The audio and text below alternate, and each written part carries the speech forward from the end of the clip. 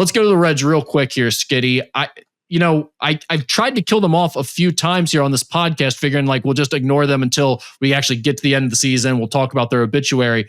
But I mean, after last week's show, they very much had a chance to get right back into the wild card race. They couldn't do it themselves. But even as we sit here today with 10 games left, they're still just 2 games out of the final wild card spot. The Mets will not win consistently enough to fend off these teams. Now, the Reds are tied with the Giants and a half game behind the Diamondbacks. So there are a couple other teams right there in the mix for that third wild card spot, just outside of it looking in. What do you make out of this whole situation with this final wild card spot right now? I think the Reds have blown such a good opportunity. I mean, if I just go back to that Friday night game where they were down 5-4 to the Mets with the bases loaded and nobody out, and your 2, 3, 4 hitters coming to the plate, you win that game. You blow a lead on that. I think it was that Sunday, blew a pretty big lead.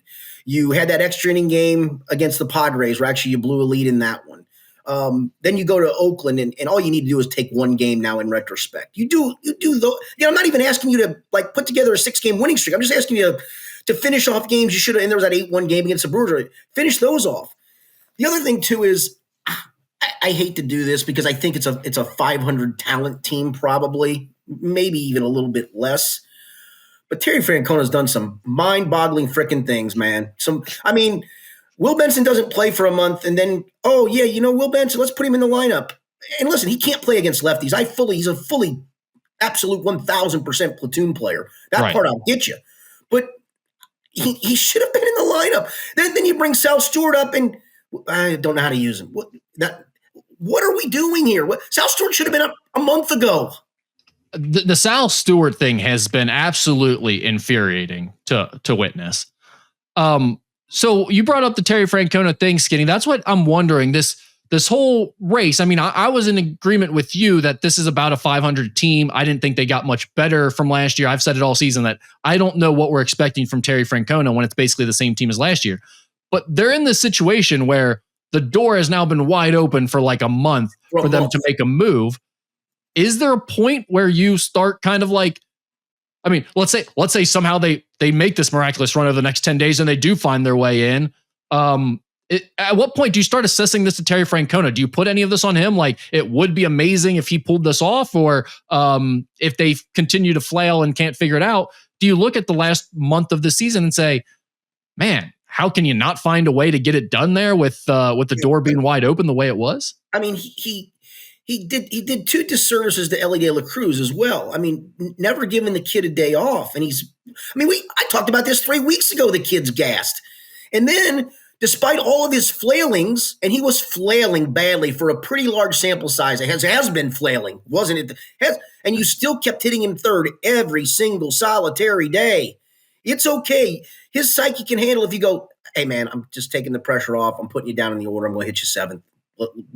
And honestly, at that point, I even tell him, dude, just start swinging for the fences down there. I don't know what approach they've done to change. I do think, again, a lot of it is him being tired. I really believe that. But this home run drought is insane to witness. It's been a tough week for Cincinnati sports fans when you see Joe Burrow go down with an injury. You start realizing that, maybe this whole Joe Burrow window and this fantasy that we have of like the Bengals are a Super Bowl contender every year now is actually just never going to come to fruition. Maybe it's even over right now. And then you turn the page or you turn the channel, you watch the Reds, and it's like Ellie's getting moved down in the order. He hasn't hit a home run in months. And you start realizing Elly De La Cruz is never going to be the superstar that we thought he might be in Cincinnati. Just nothing ever works out here for Cincinnati sports fans, Skinny. It never plays out the way it's supposed to. I mean, I predicted Elly was going to hit close to 40 home runs this year because I thought he'd cut down on his strikeouts. And he has cut down on his strikeouts. And yet he doesn't ever hit a home run anymore. That's just – there's got to be some kind of dive into this to find out the answer, because this dry spell of him from a power perspective is just insane to witness. It's a shame they canceled sports science. If they could bring that back for an Elly De La Cruz study, we'd appreciate it. R.I.P. to the late John Burkus. Yeah. Any other thoughts on the Reds, Skinny? No, it's just been the most maddeningly frustrating thing. And you know what? Wouldn't it be something you finish off this season by going what are there, 12 games left, I think? 10 right now, right? Yeah, 10.